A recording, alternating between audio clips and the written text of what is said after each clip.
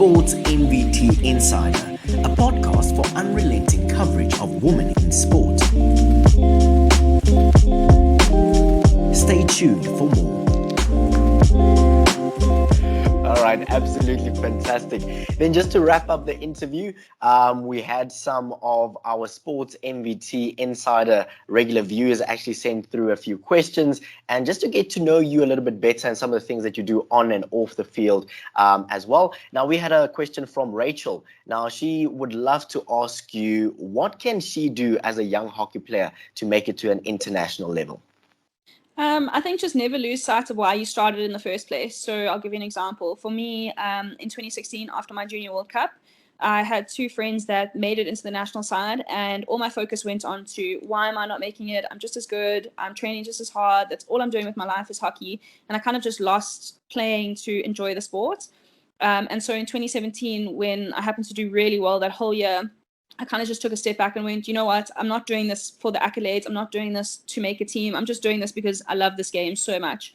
And it was then that everything started to fall into place for me. So do it because you love it. Have a goal, but don't be fixated that becomes the most important thing, because you as a human being and your happiness is really important. And if you're not happy doing what you're doing, unfortunately, the likelihood of you reaching that goal is really slim. Very true. Now, 𝗀់_𝗋𝗋 on Instagram asks, how did you actually get involved in the coaching side of hockey? I think when you start out as a student in varsity, it's a lot easier to coach than it is to wait tables or to, do promotion work. It's something that you're familiar with.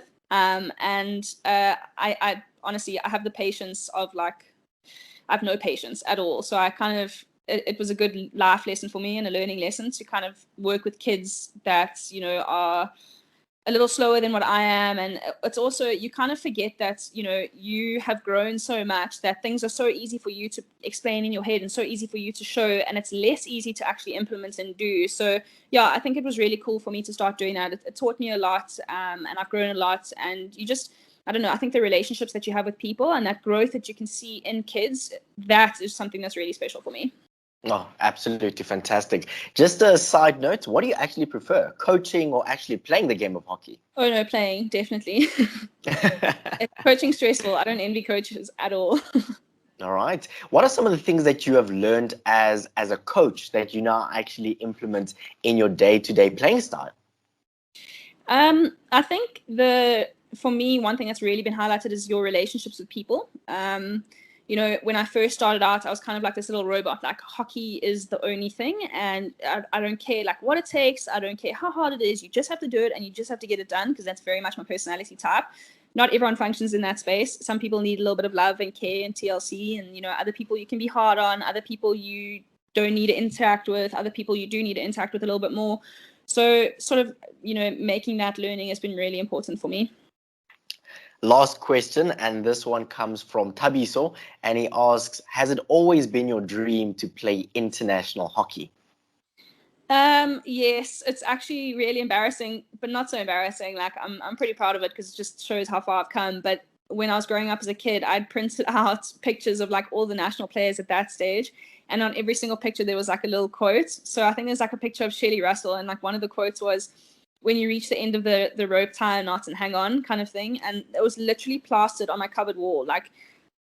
All of our international hockey players, Luciana Amar, 𝗀់_𝗋𝗶, and that was there for years throughout my high school career. And I actually pulled all of those off my cupboard and I kept it in a little box. And my mom actually sent me a video of it the other day.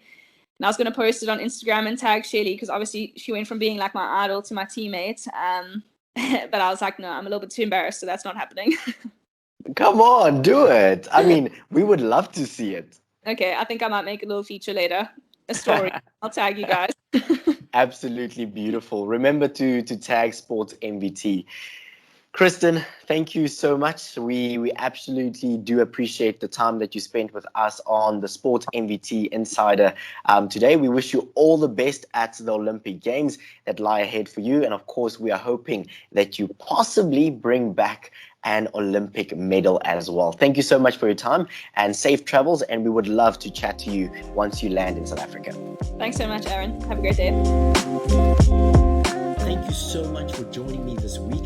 I absolutely loved walking the journey with you, where we got to find out a little bit more about our athletes, our coaches, and our administrators, and the phenomenal work that they do on and off the field. Now, coming up next week, we bring you yet another phenomenal athlete, coach, or administrator, and they get to share their incredible and inspiring story. Keep it locked onto Sport MVT, where we continue to celebrate women in sport.